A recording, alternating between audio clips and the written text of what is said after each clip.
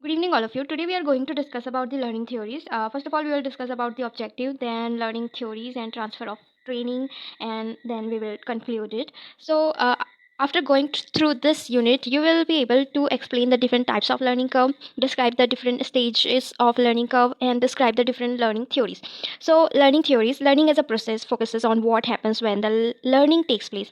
Explanation of what happens constitute learning theories. Learning theory is an attempt to describe how people and animals learn, thereby helping us understand the inherently complex process of learning. Learning theories have two chief values according to Hill 2002. One is in providing us with vocabulary and a conceptual framework for interpreting the vocabulary and a conceptual work. That's example of learning that we observe. The other is in suggesting where to look for solutions to practical problems. The theories do not give us solution, but they do direct our attention to those variables that are crucial in finding solution. The three main categories or philosophical frameworks under which learning theories fall are behavior, cognitive, and constructivism. Behaviorism focuses only on the objectively observable aspects of learning. Cognitive theories look beyond behavior to explain brain based learning. In addition, constructivism views learning as a process in which the learner actively constructs or builds new ideas or concepts. So, we will discuss the behavioral theories under two broad categories: SR theories. Here, SR means stimulus response theory with reinforcement. Here, scientist E.L. Thorndike gives his theory, trial and error, and BF Skinner gives operant conditioning. And SR stimulus response theory without reinforce. Here Pavlov gives classical conditioning theory. So we are going to discuss about the SR stimulus response theory with reinforcement. E.L. Thorndike trial and error theory of learning. Here Edward Lee Thorndike 1874 to 1949 was the first American psychologist who put forward the trial and error theory of learning. According to Thorndike, all learning takes place because of formation of bond or connection between stimulus and response. He further says that learning takes place through a process of approximation and correction. A person makes a number of trials and some response do not give satisfaction to the individual, but he goes on beyond further trials until he gets satisfactory responses. Thorndike conducted a number of experiments on animals to explain the process of learning. His most widely quoted experiments is with a cat placed in a puzzle box. Thorndike put a hungry cat in a puzzle box. The box had one door which could be opened by manipulating a latch of the door.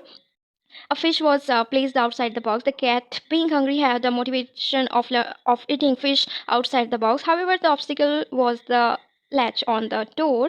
The cat made random movements inside the box, indicating trial and error type of behavior: biting at the box, scratching the box, walking around, pulling and jumping, etc., to come out to get the food. Now, in the course of her movements, the latch was manipulated accidentally, and the cat came out to get the food. Over a series of successive trials, the cat took shorter and shorter time, committed less number of errors, and was in a position to manipulate the latch as soon as it was put in the box and learned the art of opening the door. Thorndike concluded that it was only after many random trials that the cat was able to hit upon the solution. He named it as trial and error learning. As analysis of the learning behavior of the cat in the box shows that besides trial and error, the principles of goal, motivation, explanation, and reinforcements are involved in the process of learning by trial and error. Laws of learning. Based on trial and error learning theory, Thorndike give certain laws of learning. We shall discuss three fundamental laws of learning in this section.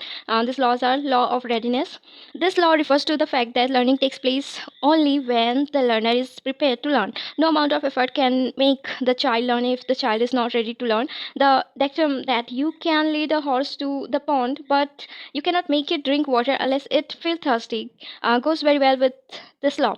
In other words, if the child is ready to learn, he or she learns more quickly, effectively, and with greater satisfaction than if he or she is not ready to learn. In the words of Thorndike, the three stages of this law of readiness are for a conduction unit ready to conduct, conduct is satisfying.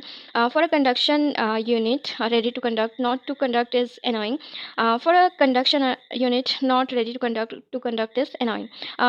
Thus, the law of readiness means mental preparation for action. It is not to force that the child to learn if he is not ready. Learning failures are the result of forcing the learner to learn when he is not ready to learn something. Educational implication of law of readiness. The law draws the attention of teacher to the motivation of the child, the teacher must consider the psychobiological readiness of the student to ensure successful learning experiences. Curriculum learning experiences should be according to the mental level of maturity of the child. If this is not so, there will be poor comprehension and readiness may vanish. Then law of exercise. This law explains the role of practice in learning. According to this law, learning becomes efficient through practice or exercise. The dictum practice makes a man perfect goes very well with this law. This law is further split into two parts: law of use and law of disuse.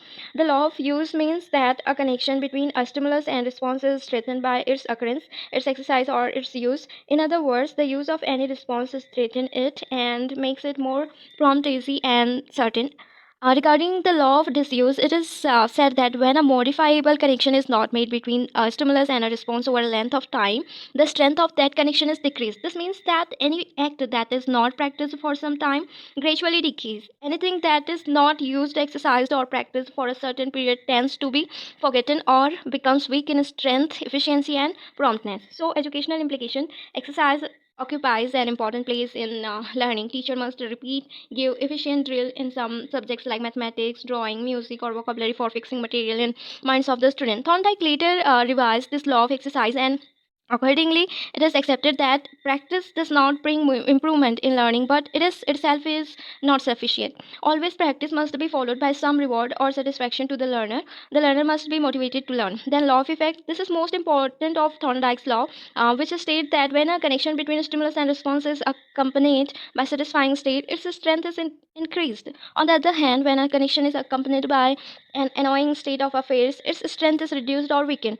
The saying nothing succeeds like success goes very well with this law. In other words, the responses that produce satisfaction or comfort for the learner or are strengthened, and responses that produce annoyance or discomfort for the learner or are weakened. Thorndike revised this law in 1930, and according to this revision, he stated that reward strengthened the response, but punishment did not always weaken the response. Then he placed more emphasis on the reward aspect than on the punishment aspect of law of effect. Then educational implication. This law signifies the use of reinforcements or feedback in learning. This implies that learning trials must be associated with satisfying consequence. The teacher can use rewards to strengthen certain responses and punishment to weaken others. However, the use of reward is more desirable than the use of punishment in school learning. The teacher, for motivating the student for the learning situation, can exploit the use of reward.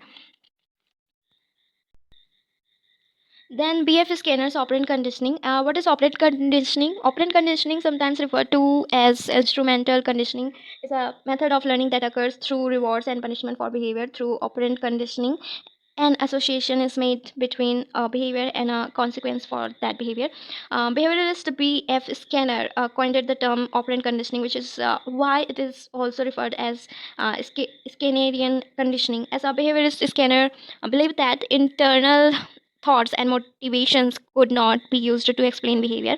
Instead, he suggested we should look only at the external observable causes of human behavior. Skinner used the term operant to refer to any active behavior that operates upon the environment to generate consequences in 1953. In other words, Skinner's theory explained how we acquire the range of learned behavior we exhibit each and every day. Skinner is regarded as the father of operant conditioning, but his work was based on Thorndike's law of effect. Skinner introduced a new term into law of effect: reinforcement. Behavior that is reinforced tends to be repeated, that is strengthened. Behavior that is not reinforced tend to die out or be extinguished, that is weakened. Skinner studied operant conditioning by conducting experiments using animals, which he placed in Skinner's box, which was similar to Thorndike's puzzle box. The Skinner box involved placing an animal such as a rat or pigeon into a sealed box with a lever that would release food when pressed. If food was released every time the rat pressed the lever, it would press it more and more because it learned that doing so gives it food. Lever pressed is described as an operant behavior because it is an action that results in a consequence. In other words, it operates on on the environment and changes it in some way. The food that is released as a result of pressing the lever is known as reinforcer because it causes the operant behavior, lever pressing, to increase. Food could also be decreased as a conditioned stimulus because it causes an effect to occur. There is an important difference between reward and a reinforcer in operant conditioning. A reward is something which has value to the person giving the reward, but may not necessarily be of value to the person receiving the reward. A reinforcer is something which benefits the person receiving it and so results in an increase of a certain type of behavior. So Skinner identifies three types of responses or operant that can follow behavior. Then neutral operands, responses from the environment that neither increase nor decrease the probability of behavior being repeated. Then reinforcers are any event that strengthens or increases the behavior it follows. There are two kinds of reinforcers. Positive reinforcers are favorable events or outcomes that are presented after the behavior. In situations that reflect positive reinforcement, the response or behavior is strengthened by the addition of something such as praise or a direct reward. Then negative reinforcers involves the removal of an unfavorable events or outcomes after the display of a behavior. In this situation, a response is strengthened by the removal of the something considered unpleasant. In both of these cases of reinforcement, the behavior increases. Then punishment is the presentation of an adverse event or outcome that causes a decrease in the behavior it follows. Punishment weakens behavior. There are two kinds of punishment. Positive punishment, sometimes referred to as positive by application, involves the presentation of an unfavorable event or outcome in order to weaken the response it follows. Then negative punishment, also known as punishment by removal, occurs when an favorable events or outcome is removed after a behavior occurs. In both of these cases of punishment, the behavior decreases. Then schedules of reinforcement. Here, intermediate reinforcement. Reinforcement is given only part of the times the animal gives the desired response. Then continuous reinforcement. Reinforcement is given every time the animal gives the desirable response. Then ratio reinforcement, a predetermined proportion of responses will be reinforced. Then fixed ratio reinforcement. Reinforcement is given on regular ratio, such as every fifth the time the desirable behavior is produced. Then variable random fixed reinforcement. Reinforcement is given for a predetermined proportion of responses, but randomness stand off on a fixed schedule. Interval reinforcement. Reinforcement is given after a predetermined period of time. Fixed interval reinforcement. Reinforcement is given on a regular schedule, such as every 5 minutes. Then variable intervals reinforcement. Reinforcement is given after random amounts of time have passed. In animal studies, Skinner found that continuous reinforcement in the early stages of training seems to increase the rate of learning. Later, intermittent reinforcement keeps the response going longer and slow extension. Skinner specifically addressed the applications of the behaviorism and operant conditioning to educational practice. He believed that the goal of education was to train learners in survival skills for self and society. The role of the teacher was to reinforce behaviors that contributed to survival skills and extinguish behaviors that did not. Behaviorist views have shaped much of the contemporary education in children and adult learning. Then implication of the theory of operant conditioning. Conditioning study behaviors. Teacher is the arrangement of the contingencies of the reinforcement which expedite learning. For effective teaching, teacher should arrange the effective contingencies of reinforcement. Example, for self learning of a student, teacher should reinforce the student behavior through variety of incentives such as prize, medal, smile, praise, affectionate patting on the back, or by giving her marks. Then conditioning and classroom behavior. During learning process, child acquires unpleasant experiences also. This unpleasant becomes conditioned to the teacher, subject, and the classroom, and the learner dislikes the subject and a teacher. Suitable behavioral contagious atmosphere of cognition, acceptance, affection, and esteem helps child in approaching teacher and the subject. If student is not serious in a study, teacher make use of negative reinforcement like showing negligence, criticizing a student, etc. But if a student is serious in a study, teacher make use of positive reinforcement like prize, medal, praise, and smile. So then managing problem behavior. Two types of behavior is seen in the classroom as a undesired behavior or problematic behavior. Operant conditioning is the behavior therapy technique that shape students' behavior. For this, teacher should admit positive contingencies like praise, encouragement, etc. For learning, one should not admit negative contingencies. Example, punishment A student will run away from the dull and dreary classes, escape stimulation. Then dealing with anxieties through conditioning. Through conditioning, fear, anxieties, prejudices, attitude, perception, meaning develops. Example of anxiety are signal on the road, siren brown during wartime. Child receiving painful injection from a doctor. Anxiety is a generalized fear response to break the habits of fear. A teacher should use desensitization techniques. Initially, teachers should provide very weak form of conditioned stimulus. Gradually, thus the strength of stimulus should be increased. Then conditioning group behaviors. Conditioning makes entire group learn, and complete change in behavior is seen due to reinforcement. It breaks undesired and unsocial behavior too. Example, putting questions or telling lies to teacher will make teachers annoyed. In such circumstances, students learn to keep mum in class. Asking questions, active participation in class discussion will make the teacher feel happy. Interaction will increase and teacher learning process becomes more effective. Then conditioning and cognitive process. Reinforcement is given in different forms for the process of knowledge and in the feedback form. When response is correct, positive reinforce is given. Example, a student who stands first in class in the month of January is rewarded in the month of December. To overcome this program, instruction is used. In this, subject matter is broken down into steps. Organizing in logical sequence help in learning.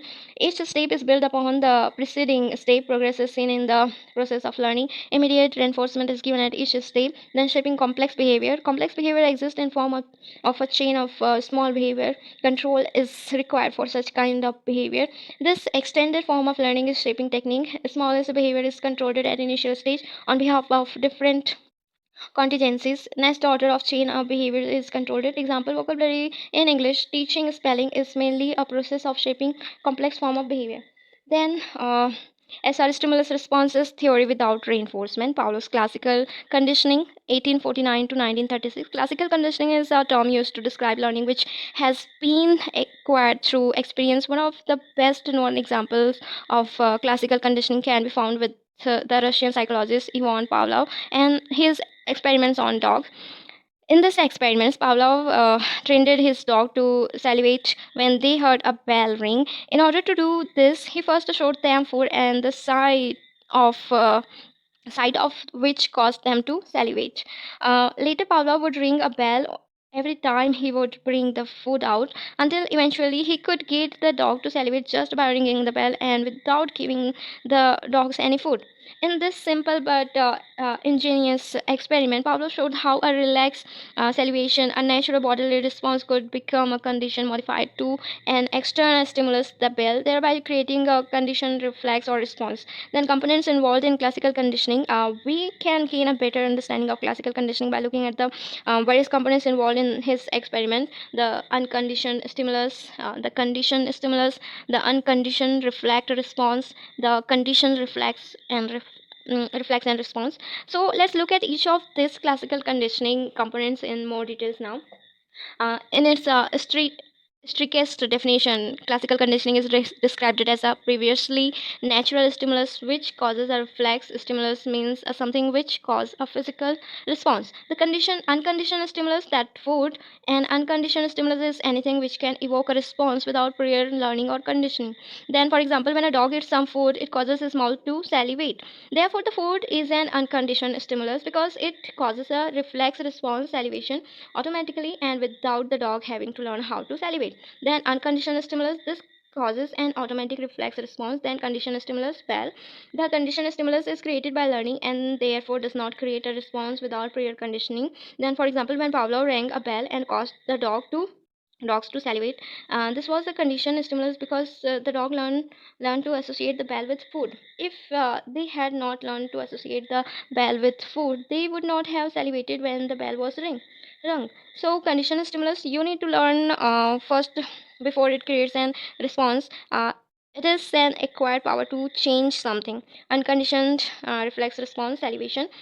An unconditioned reflex is something that happens automatically without you have to think think about it, such as your mouth salivating when you eat. Unconditioned reflex that happens automatically, and you did not have to learn how to do it. Then conditioned reflex, salivation in response to bell. A conditioned reflex is a response which you have learned to associate with something. Then, for example, a dog salivated when Pavlov rang a bell. When previously without conditioning, the bell would not cause the dog salivation. Then salivate.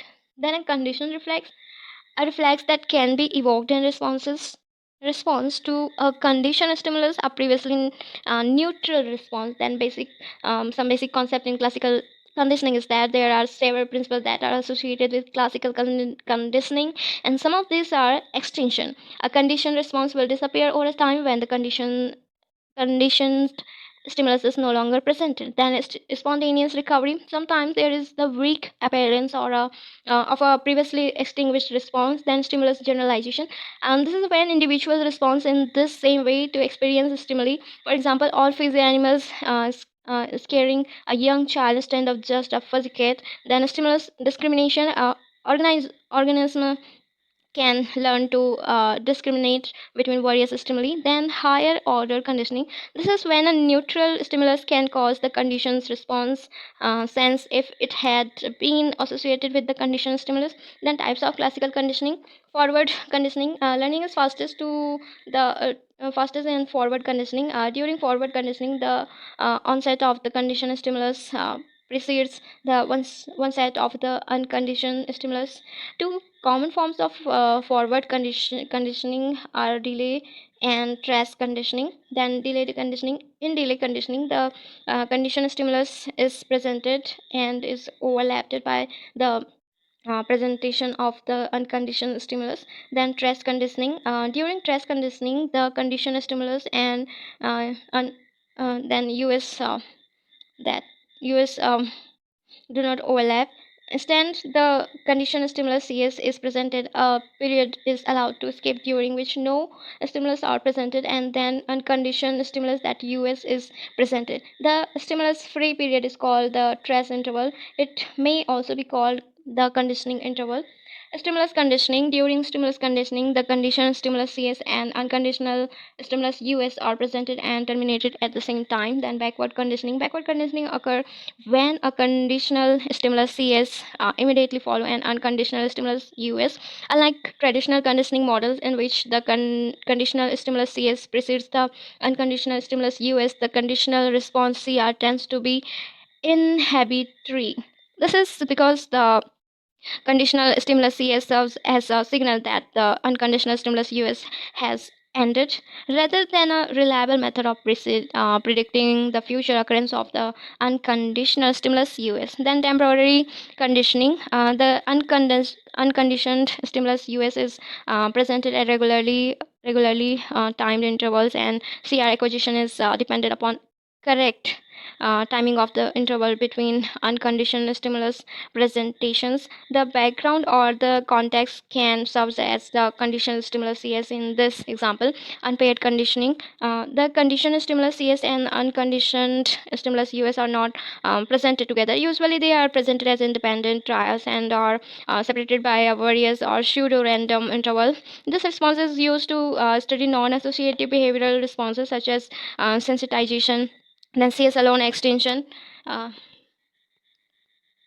Here, the conditioned stimulus CS is presented in the absence of the conditioned stimulus US. This procedure is usually done after the conditional response CR has been acquired through forward conditioning training. Eventually, the conditional response CR frequency is reduced to pre-training level. Essentially, the stimulus is presented until habituation occurs. Then implications of Pavlov's theory of classical classroom situation. The theory believes that one must be able to practice and master a task effectively before embarking on other one. This means that a student needs to be able to respond to a particular stimulus information before he or she can be associated with new one. Teachers should know how to motivate their student to learn. They should be versatile with various strategies that can enhance effective participation of the student in the teaching learning activities.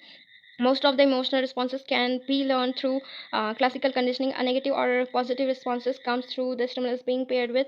For example, providing the necessary school materials for primary school pupils will develop good feelings about the school and learning in them, while punishment will discourage them from attaining the school. Then, in conclusion, it is believed that the learners and more importantly the teacher have greatly benefited from all the theories the teacher should be familiar with this theory and apply it to the teaching learning activities where applicable. Then we are going to discuss about the transfer of training. In an introduction, the ability of the individual to apply the previous experience on the new related experience is that we call transfer of learning. Except a student are able to transfer prior skills and knowledge on new ones, the continuity of learning will be difficult. This unit will explain how old learning can be transferred to a new one. You will know that the classroom teacher need to do in order to facilitate transfer of experience among his or her student. The essence of the learning is that a previously learned fact should be linked with a present experience. This is because human being must be dynamic, and that the prior experience will make them to develop the new skills and knowledge. The influence the past experience has on the succeeding experience is called transfer of learning. Then Cormier and Hogman 1987 defines transfer of learning as the application of skills and knowledge learned in one context being applied in another context. Oladede 1998 defines transfer of learning as the effect of the prior learning on the present. Learning is meaningful when the past learning smoothens the progress of something else. For example, if a learned experience refuses to aid the new learning, the goal of training has ceased to be accomplished in school. The teacher teaches some subject in order that the experience gained in those subjects could be transferred into another. Then Sharham's 1987 affirms that human and animals learn is normally affected by the past experience, and that the various subjects are included in a school curriculum because of their utility and wide application to real life situations. For instance, the teacher who has taught his or her students some skills in mathematics would believe that such a skill be transferred to related subjects like physics or accounting. If the students fail to apply this skill in their subsequent learning, it means that the student have not learned successfully and transferred the learning. The above example gives us clues that into the different types of the transfer of learning that we have. These are explained below. Positive transfer. This is a situation whereby a previously learned fact or information aids in the understanding of new task. Aside from aiding the transfers in their subsequent learning, it also helps the learner to learn better and effectively the new task. Then second, negative transfer. This is a type of learning in which prior experience imparts negatively on the new one. In this case, the understanding of past skills inhibits the mastering of new ones. For example, if a student wrongly connects information, it can lead to negative transfer. Then zero transfer. This type of learning reveals no link between the previously learned task and the recent one. The evidence of zero transfer is hardly seen. It reveals no clear positive or negative effect. Then theories of transfer of learning. Theory of mental faculties. This theory was proposed by the Greek philosopher. Notable among them was Aristotle. The basic tenet of the theory is that human mind is subdivided into different powers of faculties like memory, judgment, reasoning, or thinking. It is therefore believed that each of these faculties is reinforced and developed by cast and continuous memorization of poetry, poem, and similar works. This theory believes that exercises and regular practice will strengthen the mental faculties. The theory, therefore, dismisses the concept of transfer of learning to it. A well trained and disciplined mind in the ingredient needed for understanding of new information. Then theory of identical elements. The theory, which was developed by the Dewey of Thorndike and Woodworth, American psychologist, indicates that it is possible for an individual to transfer the prior skills and knowledge to recent one because both experiences are identical, share things in common. This theory suggests that a successful or effective learning will happen if there are connections or interrelatedness between the old and the new experiences. For example, it is expected that a student who has learned about anatomical parts of human being in a biology lesson should be able to do well when he or she is asked to name anatomical parts of a goat during agricultural lesson. Then theory of generalization. This theory was advocated by a psychologist named Charles Jude. The assumption of the theory is that general principles and transfer of learning better than segregated facts. This theory believes in gestalt and assertion, which views learning from a whole or complete form rather than in isolated form. For example, the theory of generalization indicates that a learned experience should be useful in other day-to-day related activities. Then classroom implication of transfer of learning. The teacher should know that transfer of learning will not take place when both the old and new are related. Hence, the teacher should endeavor to teach his or her subject matter in a more meaningful and detailed way rather than by rote. The teacher should provide the opportunity for his or her students to practice a subject matter being discussed along with his or her. when the learner are allowed to take active part in teaching learning activities, they will be able to repeat the task at another time. For a transfer of learning to take place, the teacher should always emphasize the relationship that exists between one subject matter and another. The teacher should endeavor to develop positive attitudes toward the learning task so that the student can be motivated to like the task rather avoiding it. It is believed that what students see, touch, feel, or manipulate will be better remembered than the one they are not familiar with. Hence, for a meaningful transfer of learning to take place, the teacher should incorporate exercises that task the various senses of learners in learning process. In conclusion, the relevance of transfer of learning has been stressed in this unit. It will help the teacher on the action programs that can facilitate learning transfer. So, in conclusion, the meaning and concept of learning, the motive behind this is to ensure the learners have foundation knowledge of educational psychology and learning before actually advancing in other concepts. This unit help us to understand characteristic process of learning and learning curve, the theories of learning, the meaning of instrumental or operant conditioning of B.F. Skinner. It mentioned the two major types of responses, the reverence of reinforcement as well as punishment to students' learning. Also, the implication of the theory to educational setting were discussed. Then Thorndike's theory emphasized that the fundamental of learning is the association between sense impression and impulses to action, stimuli, and responses. The theory stresses readiness, exercises, and effect on the conditions for learning. Then classical conditioning theory was formulated by Ivan Pavlov, and the basic tenet of the theory is that behavior of an organism can be manipulated using some environmental factors. The key relevance of theory to the learning is it emphasizes practice of one task before moving on to another and encourages the use of motivation for effective learning. In this unit, we learned about meaning of transfer of learning, theories of transfer of learning, and classical implication of transfer of learning. So, in reference, uh, here S.K. Mangal's An Introduction to Psychology 2000, uh, Prakash Brothers, Ludhiana production, and S.S. Chauhan's Advanced Educational Psychology book in 2001, and Vikas Publicity House Private Limited. That's R.N. Sharma's Educational Psychology 1996, and it is published from Sarjeet, Delhi. So thank you very much for listening. Thank you.